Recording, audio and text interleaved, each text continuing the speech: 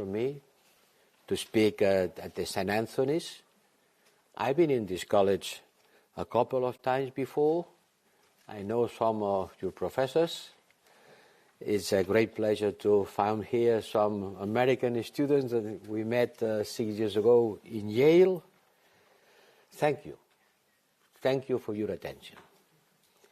This college has produced many brilliant writers and even a quite number of foreign affairs ministers around the world. So it's a particular honor to deliver the Dahrendorf lecture. Ralph Dahrendorf was an exceptional human being, a politician in both in Germany and in the United Kingdom, an European commissioner, a political scientist, and an staunch defender of open societies. As you said, I try to be an academician. I've been in the universities, part of my life, in the political life, the other part. And I always been very much interested in bringing together the world of ideas and the politics. People who think and people who act. And that's why I am very happy. I enjoyed moments like this with people who think deeply about what's happening in this contested and challenging world. You have maybe more time to think than I have, so I need that you inspire our decisions. And I hope that after these words, we will have the opportunity to exchange some ideas with you. Yes, I am the High Representative for Foreign and Security. Thank you for stressing and security policy. And from this privileged position, I have the great opportunity of looking at the world. And what do I see? Well, I see more confrontation and less cooperation. And this has been a growing trend in the last years. Much more confrontation and much less cooperation. I see a world much more fragmented. I see a world where rules are not being abided. I see more polarity and less multilateralism. I see how dependencies becomes weapons. I see the international system that we were accustomed to after the Cold War no longer exist. America has lost its status of hegemon, and the post-1945 multilateral order is losing ground. I see, as you know, China rising to the superpower status. What China has done in the last 40 years is unique in the history of mankind. In the last 30 years, China's share of the world GDP at PPP has gone from 6% to almost 20%, while we Europeans, we went from 21 to 14%, and the US from 20 to 15. This is a dramatic change on the economic landscape.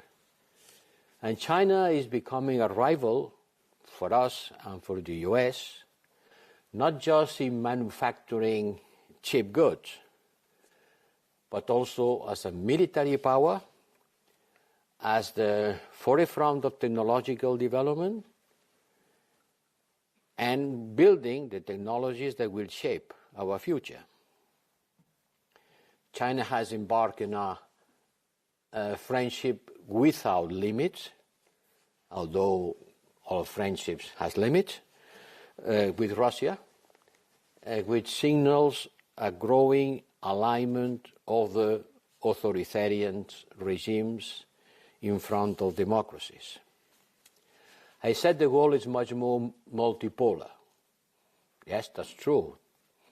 Middle powers, India, Brazil, Saudi Arabia, South Africa, Turkey, are emerging. They become important actors.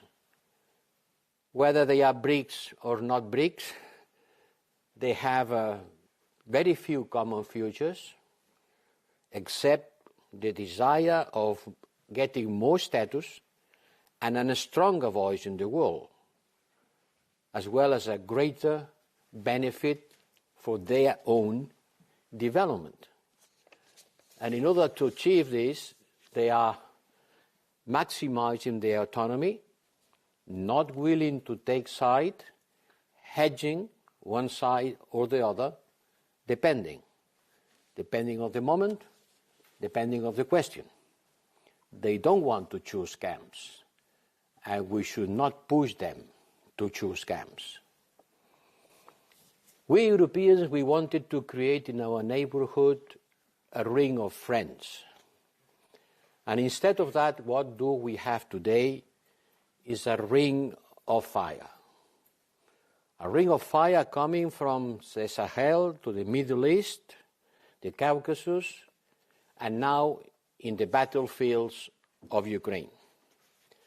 Thomas Gomart, the director of the Institut Français des Relations Internationales, have been analyzing which are the choke points of the global economy. And several of these points are very close to us. The Red Sea for trade, the Strait of Hormuz for oil and gas, and the Black Sea for grain exports. They are in our immediate vicinity, and in some of them we are engaged even by Navy missions, like it is the case for the Red Sea. And there are two wars. When I came to Brussels, there were not wars. There were two wars where people are fighting for the land. This shows that geography is back. We were told that globalization has made geography irrelevant. But no, most of the conflicts today are related with land. They are territorial. A land that has been promised to two people, in the case of Palestine, and a land at the crossroad of the two worlds, which is the case of Ukraine. This is my land. No, it's mine. And this fight for land is shedding a lot of blood. At the same time, we see an acceleration of the global trends. Climate change is no longer a future problem. The climate breakdown is already here. It's not for tomorrow. It's for today. The technological transition, in particular, everybody talks about it, artificial intelligence, are bringing changes that we cannot fully grasp. Demography is also changing rapidly. And when I'm talking about demographic imbalances, I am talking about migration, in particular in Africa, where 25% of the world will be living in 2050. In 2050, 1 out of 4 human beings will be living in Africa. And at the same time, we see inequalities growing, democracies declining, and freedoms at risk. This is what I see. It's not very nice. I know. And on this landscape, the role of the European Union and the role of the United Kingdom is to be defined. I don't know which is going to be our role. But it's sure that it will depend on our response to the challenges we are facing. Nothing new. Jean Monnet already said, Europe will be forged in crisis. But now the urgency and the gravity of the moment is such that we here warnings that Europe could die. Nothing less. L'Europe peut mourir. Nous venons d'écouter. Well, okay. What do we need to do? First, we need a clear assessment of the dangers of Russia. Russia considered as the most existential threat to Europe. Maybe not everybody at the European Union Council agrees with that, but the majority is behind this idea. Russia is an existential threat for us, and we have to have a clear-eyed assessment of this risk.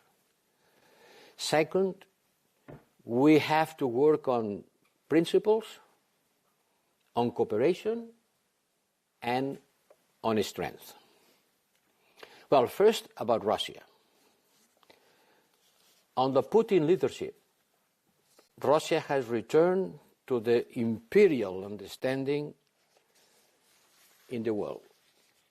Imperial Russia from the Tsar times, from the Soviet Empire times, has been rehabilitated by Putin, dreaming of a former size and influence. It was Georgia in 2008. It was Crimea in 2014. We didn't see, or we didn't want to see, the evolution of Russia under Putin watch, even if Putin himself had warned us at the Munich Security Conference in 2007. It is important to reread what Putin said in 2007 at the Munich conference that I am afraid nobody wanted to listen or to understand. We built a model, European model, based on cooperation and economic interdependency inside us. And it has been a remarkable success. 70 years of peace among us. And we believe that interdependencies would bring political convergence through what the German says, Wandel durch Handel. And this will bring political change in Russia and even in China. Well, this has been proven wrong. It has not happened. Faced with the Russia authoritarianism, interdependency didn't bring peace. By the contrary, it turned into dependency, in particular on fossil fuels, and later this dependency became a weapon. Today, yes, Putin is an existential threat to all of us. If Putin succeeds in Ukraine, he will not stop there. And the prospects of having in Kyiv a puppet government like the one in Belarus, and the Russian troops on the Polish border, and Russia controlling 44% of the world grain market is something that Europeans should be aware of. Everybody is becoming more and more aware of that. Even President Macron, who at the beginning said, "Il ne faut pas humilier la Russie," now is one of the voices which is more warning about the global consequences of a Russian victory. But other voices around the world, like some days ago, the Prime Minister of Japan. But I know that not everybody at the European Union shares this assessment. And the European Union Council, some members says, well, no, Russia is not an existential threat, at least not for me. I consider Russia a good friend. There are not many, but there are some. And in a union governed by unanimity, our policies on Russia are always threatened by a single veto. One is enough, as Viktor Orban proved by delaying our last assistance package to Ukraine. And at the same time, in the US, political polarization has delayed the military assistance package for half a year. And in the middle of a war, half a year is a lot of time. It can make the difference between winning or losing the war. Putin invaded Ukraine under the pretext of denazification of Kiev, believing that we would be unable to react. It was after the fall of Kabul. And he was convinced that our strong dependency on their gas will make us to react as slowly and softly as we did in 2014 in front of Crimea invasion. I was in Donbass in January 2022, some weeks before the invasion started. And we'll always remember my conversation with Prime Minister Shimhal. He asked me when they will invite us, because they will invite us. There are 150,000 Russian troops on the other side of the border. What are you going to do? Are you going to support us? I'm sure the young Europeans will not go to die for Kiev. But are you going to provide us with the arms that we need in order to resist the invasion? That question, at that time, on January, in the middle of the darkness and the cold of the winter, I couldn't answer. I was not sure which was going to be the answer, because the European Union had never provided arms to a country at war. But then the invasion came. And happily, our answer was remarkable and very much united in order to provide Ukraine with the military capacity they need to resist. United Kingdom did that before us. At the beginning, we were talking about providing helmets. And now we are providing F-16. It's a long way between one thing or another. And we went through this long way because the Ukrainians has proved to be able to resist. Remember that in 2014, Merkel didn't want to support Ukraine in front of Russia invasion to Crimea. At that time, the answer was no, because it's going to be useless. Now the answer has been yes, because the Ukrainians have proved to be able to resist. Now Putin sees the whole West as an adversary. He made that clear in any speeches. Everything, every day is being said and repeated on the Russian TV stations. The West, the whole West, the global West, is our enemy.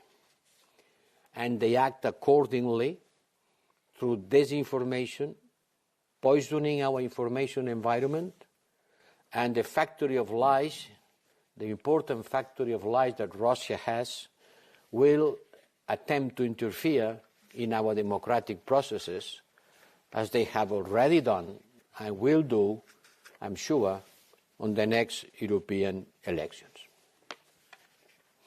Yes, Ukraine is resisting in difficult circumstances, overcoming the fact that the US and the EU has not been supplying everything they need to continue the fight. And then another war came, the horrible attack by Hamas on the 7th of October. And Israel's response, for many people, disproportionate response, plunged the Middle East into the worst cycle of violence in decades. Just before the 7th of October, many believe that the Abraham Accord has diluted the Palestinian issue. Well, they had not. It was a way of making peace between the Arabs and the Israelis, but not between the Palestinians and the Israelis. Jack Sullivan considered that the Middle East had never been so calm. He said 1 week before the 7th of October. Well, it was not calm. It was not calm. just to have a look at what's happened in the West Bank to realize that it was not calm at all. Now we have two wars. And we Europeans, we are not prepared for the harshness of the world. But as you, Ivan, has pointed out, one thing is to wake up, and we have been wake up, and another thing is to get out of the bed. In some cases, we are still on the bed. The wake up was clear, but do we understand the gravity of the moment? I have my doubts. And I want to use this opportunity in order to send a message that yes, the moment is a moment of gravity and urgency, because we are facing a mix of geopolitical, economic, and societal threats.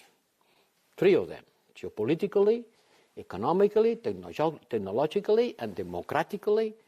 Europe, the European Union, but more than the European Union, the way of living of the Europeans, this best combination of political freedom, economic prosperity, and social cohesion that humanity has never been able to invent, is certainly in danger. And in order to face these challenges, I think that we have to work on three words, on three dimensions: principles, cooperation, and strength. Let's start with the principles. Principles are important because we say that the European Union is a union of values. That's what is being said in our treaties. We are a union of values. And those values are enumerated on the treaties. And they are everything that's good. It's difficult to disagree with these principles. And then there are the principles enshrined in the Charter of the United Nations to put a limit to the actions of the stronger, to put safeguards against our own worst instincts that we Europeans put world in fire, not once, but twice within half a century.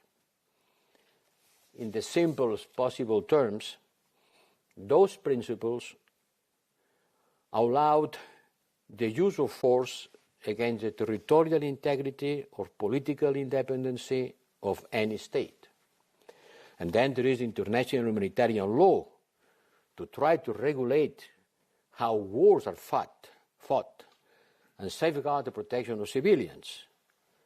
And this principle should be the best safeguards against the normalization of the use of force that we see all over the world. And I know, however, that to be able to rally the world around those principles, we need to show that we, Europeans, we respect them always and everywhere. Is that what we are doing? Well, not to the extent we should. And for Europe, this is a problem. Wherever I go, I found myself confronted with the accusation of double standards. I used to say to my ambassadors that diplomacy is the art of managing double standards. Certainly something difficult, but it is about to manage double standards. But the fact is, people around the world have not forgotten the war in Iraq. Even if some European Union member states did not participate, others participated with a lot of enthusiasm, and others withdraw quickly of this war. This is the case of the country I know best. And what is now happening in Gaza has portrayed Europe in a way that many people simply don't understand. They saw our quick engagement and decisiveness in supporting Ukraine and wonder about the way we approach to what is happening in Palestine. Yes, I can try explaining how the European Union decision-making processes works, unanimity. I can try to explain the different historical experiences of our member states, very divided among them. At the United Nations General Assembly, 18 vote in one side, 2 in the others, and others abstain when the moment comes to decide about the ceasefire. But the perception is that the value of civilian lives in Ukraine is not the same that in Gaza, where more than 34,000 civilians are dead, most others displaced, children are starving, and the humanitarian support obstructed. And the perception is that we care less. United Nations Security Council resolutions are violated, as it is the case by Israel with respect to settlements, or when it's being violated by Russia. Yes, the principles that we put in place after the World War are a pillar of peace, but this requires that we are coherent in our language. If we call something a war crime in one place, we need to call it by the same name when it happens anywhere else. And we all agree that Hamas sparked this new cycle of violence with their atrocious attacks that we have to condemn once and again. But what has happened in Gaza after 6 months is another horror. And one horror cannot justify another. This is more and more what our societies are feeling as the passionate debates and the many demonstrations around the world, and in particular in the US, are showing. Second line, cooperation. Cooperation requires an essential ingredient, trust. If I trust you, I am ready to cooperate with you. I am not afraid of being dependent on you if I trust you. But in a world where dependencies are increasingly weaponized, trust is in short supply. And this brings the risk of decoupling with large parts of the world, decoupling on technology, decoupling on trade, decoupling on values. There are more and more transactional relationships, less rules and less cooperation. But the great challenges of the world, climate change, technologies, demographics, inequalities, requires more cooperation, not less cooperation. So what can we do? First, certainly to reduce excessive dependencies. You know, during the pandemic, we realized that in Europe, we were not producing a single gram of paracetamol, not a gram of paracetamol. It was a moment of crisis, and in the moment of crisis, the market was not able to provide what we need. So we need to reduce excessive dependencies for sure. We need to diversify our trade links and deepen cooperations with our close friends. And the UK is a close friend and a close partner. We share the same values. We have converging interests on almost all geopolitical questions. In any area where I can cooperate, it will be good for both of us. But that's not enough. If I was only talking with people who share the same values, I will stop working at midday. No, there are many people around the world to whom I don't share the same values, or I have contradictory interests, and in spite of that, I have to look for ways of cooperation. And this is the case of China. We need to work and cooperate with people with whom not necessarily share the same values of interest. And then we have to have a look at why the world is feeling some resentment about us. Yes, there is a feeling of resentment because people believe that there are different responsibilities. Let me cite only two of them. First, climate change. We Europeans, we have produced about 25% of all cumulated global CO2 emissions since the beginning of the Industrial Revolution. Africa, 3%. Latin America, 3%. Sub-Saharan Africa and South Americans, almost nothing of the responsibility, and they shared the most important and damaging consequences. So when we talk about fighting climate change, we have to understand their views and the feeling that this is a problem that someone has created and others pay the consequences. And the only possible answer is to provide more resources in order to face this problem. More resources, but it has not been the case, not always the case. Remember, in 2009 in Copenhagen, developed countries committed to 100 billion per year of support to the countries much directly affected by climate change. And this promise took a long time to realize. And even now, the United Nations tell us that in order to go through a just transition, and we talk every day about just transition, we need 2.5 trillion annually to fund clean energy and climate resilience. This will require an unprecedented increase in global solidarity. Where this money is going to come from? If it has been so difficult for us to provide 100 billion per year, where the world will provide with 2.5 trillion, which is the United Nations estimate.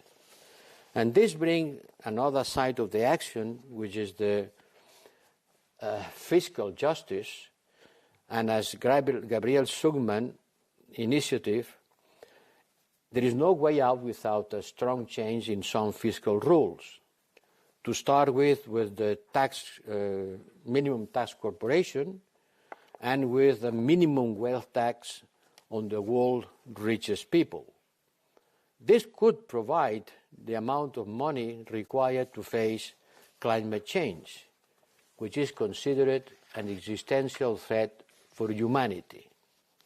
The other reason for resentment are vaccines. When the pandemic came, and it was a matter of life or death, in December 2021, rich countries had already used 150 doses of vaccines per 100 inhabitants. 150 per 100 inhabitants.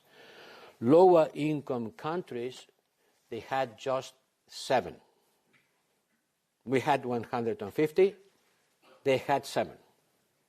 And they remember that. And I've been talking with some leaders around the world who told me, during the pandemic, I wanted to buy vaccines from you, not ask for it. I was ready to pay for it. But you tell me, sorry, we don't have. And then I went to Russia and China, and they had. Yes, this has not been forgotten. And we can claim that we have been the biggest exporter and the biggest donor. And that's true. But at that critical moment, when people were dying, the answer from our side was not the good one. And people reminded. Climate and vaccines are two examples of resentment of the developing world toward us.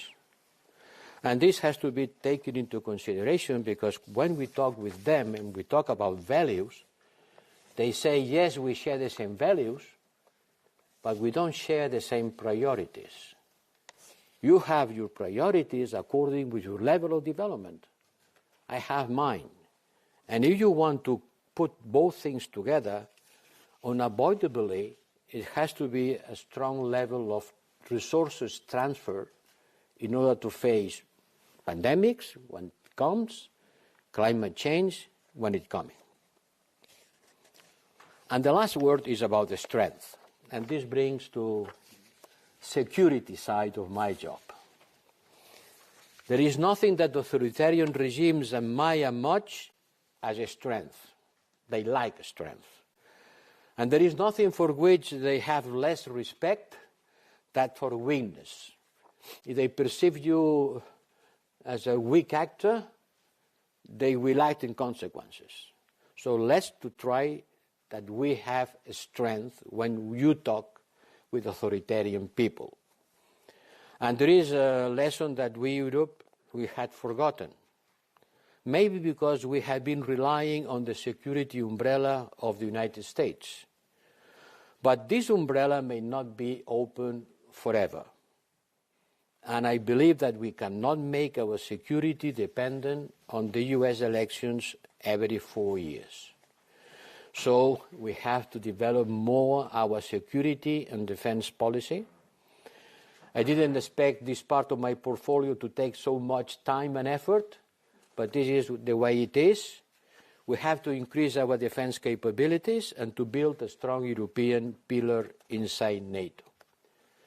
In the past, when we talk about the European pillar inside NATO, this was portrayed as a step towards weakening NATO, or leaving NATO, or forgetting about NATO. But the funny thing is today, it's the US themselves who are encouraging us to forge ahead, to increase our capacities, and to do that in a coordinated manner. I think that the European pillar of NATO has to be understood not from the point of view of the European Union alone, but from the geographical approach to the European as a space which is bigger than the European Union. Not only from the institutional point of view of the 27, but from the point of view of the people who share what is to be an European, because you at the UK, you left the European Union, but you are still part of Europe. And there are other people in Europe which are not part of the European Union because they never wanted to be, like Norway, or they decided to stop being, as you, or they are still queuing to become members of the European Union. So look at that security issue from a geographical perspective and not only an institutional one. And I think that there, on the security and defense, we can have with the United Kingdom a stronger relation, and we can build more because this is a pure intergovernmental policy inside the European Union, so it should not be difficult to expand the bilateral treaties that we already have, like France with you, the Lancaster House treaties, in order to make security an integral part of a better and a stronger cooperation. Certainly, we have to think who will pay for this security. And I wonder how the Europeans can be able to pay for more security, more climate change fight, more cooperation with the rest of the world, and at the same time to fulfill all the rules of fiscal constraint. And I want to remember that when the euro crisis came, we invented, out of the box, solutions in order to circumvent unanimity and look for something that could save the euro. Today, we are more or less in the same situation. We have to provide to the Europeans more security, more financial capacity to work with our partners around the world, to be a trusted partner, and this will require more resources. And today in Europe, in Brussels, there is a great debate about how to do it. We did for the pandemic. We invented the Next Generation EU because it was an existential threat. People were dying in the streets. Well, now they are not dying in the streets, but they could die in the streets if we can offer a security capacity in order to deter what could have the temptation to expand the war into our territories. And this is one of the big challenges that the Europeans are facing. The other one, I am coming back to the situation in the Middle East, is to look for a peace plan. I'm coming from Riyadh. And in Riyadh I met the Arabs and many Europeans. I think that the Arabs has to present their prospects for looking for a political settlement of the situation. I invited the foreign affairs ministers of the Arab countries to come to Brussels and explain which are their proposals. We have to make everybody understand that there is not a military solution, that you cannot kill an idea. The only way of killing an idea is to provide a better one. And which could be the good idea? Well, everybody says that they want the two-state solution. We have been repeating that for 30 years, since Oslo.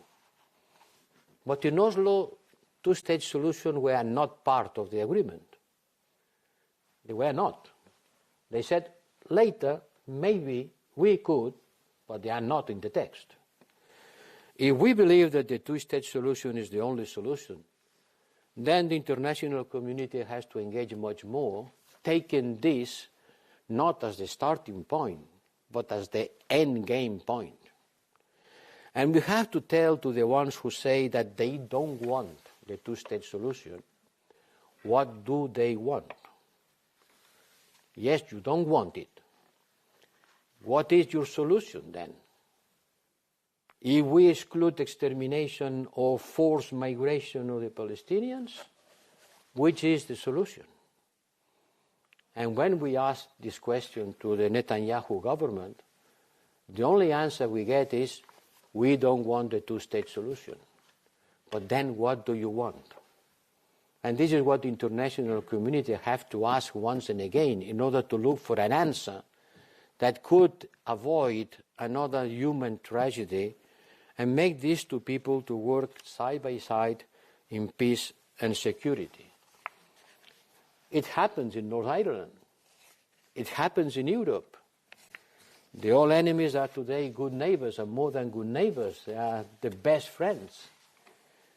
It should be possible. But in order to be possible, the land has to be shared. They cannot be living together.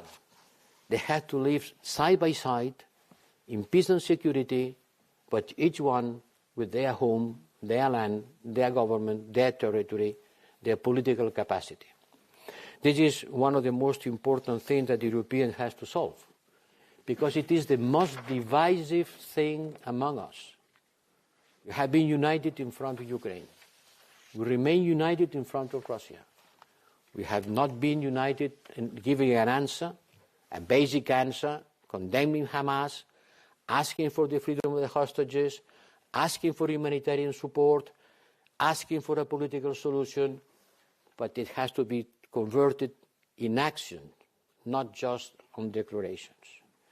And this will be something that from now until the end of the year will be very high in the agenda of the European politics. And I hope that we could work together with the United Kingdom in order to look for a solution and to make us to be partners